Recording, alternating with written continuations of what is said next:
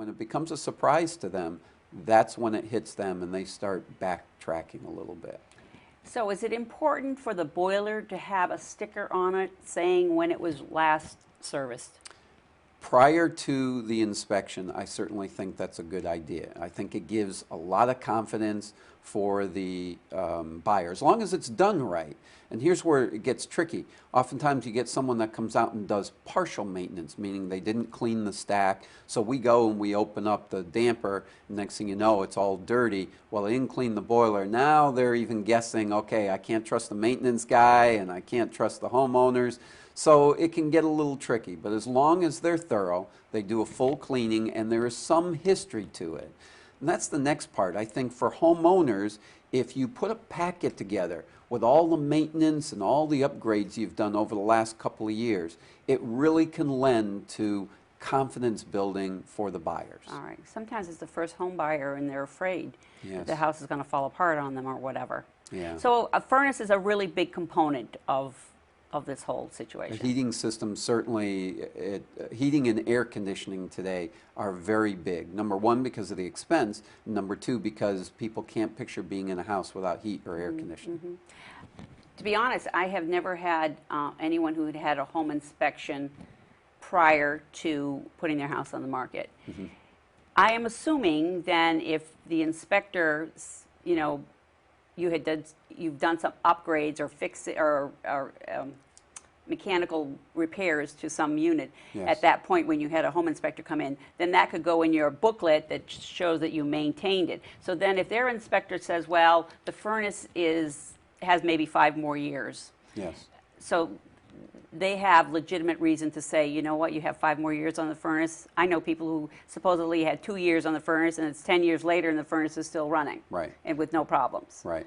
So can they use that at that point?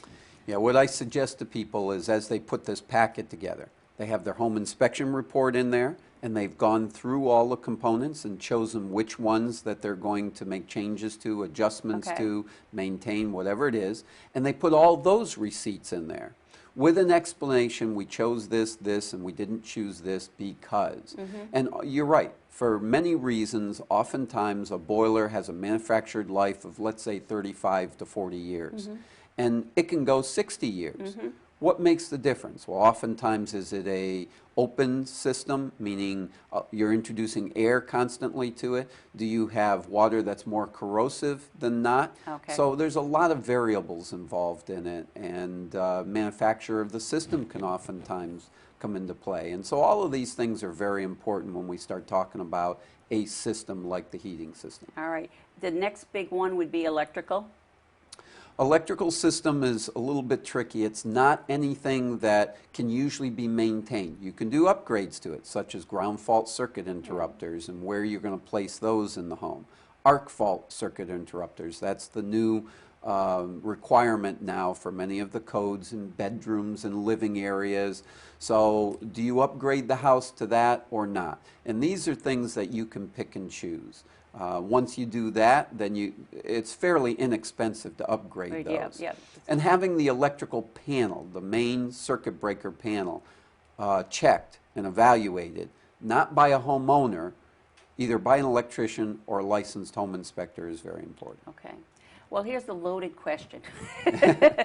If you do an inspection beforehand Yes. for someone or after, what's the cost to the homeowner if he has you come in and do an inspection with a report so that he can look at the report and decide what items he's going to take care of beforehand? Sure. And that's going to depend on the age and the size of the home. It could be anywhere from $400, let's say, on up to $1,000, depending on the size and age of the home, Okay. what's involved, and what they want inspected. But typically at the end, at least what we do is give them a spiral bound report that they can leave out for people to see. And again, it's a confidence builder, and it goes They with have that nothing to package. hide. That's That right. sort of mean, Yep. all right. And then the cost of a home inspection is a little bit more money than that Yes. when you go through it. Yes. All right, because I know from experience that young people that I have buying homes, I always say, stick with Dave and he'll give you a million tips on how to fix things, how to do things. He's not an alarmist and he'll take care of of all those things for you. So I think Yeah. it's important when they do not, sometimes they come in and they're socializing with their friends and their parents have come to look at the house, but they really should be following you around the house to see what they can learn about their new house.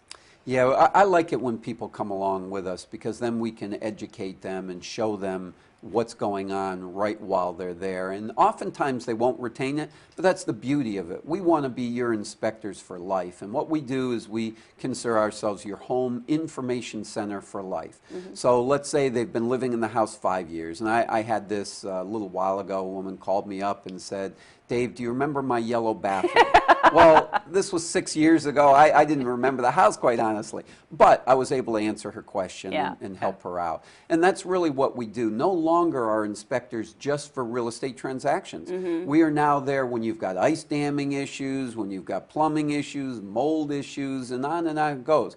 Call us first because we know the house and we know the house dynamics, and we're best suited to be able to answer those questions before you bring a contractor in. We have nothing vested in that rate.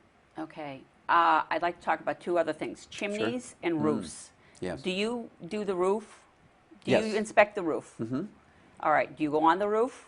That's going to depend. It's going to depend on the home inspector. State standards say that we don't need to go on the roof, and most of the times you don't want to go on the roof, and the reason for that is because you can damage something if you're not careful. Okay. However, there are times that we need to go on the roof and be careful so that we can get to certain components, such as the chimney, as long as it's safe. What Okay. does safe mean? Well, if the ground is icy, if the ground is sloped in a way you can't safely put your ladder up there and get up on the roof, then you don't do it. If the roof is rain covered, snow covered, and moist, not, you yeah. don't get on Okay. it. And so those are the determining factors on that. Because sometimes when we do inspections, we're not sure about the roof. Can you tell if it has 2 layers on it? Many times we can, and there's a couple of ways to do that. One is on the outside.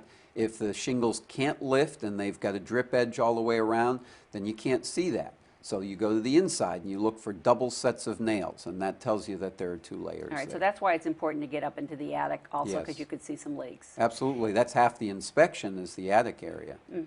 And what about chimneys?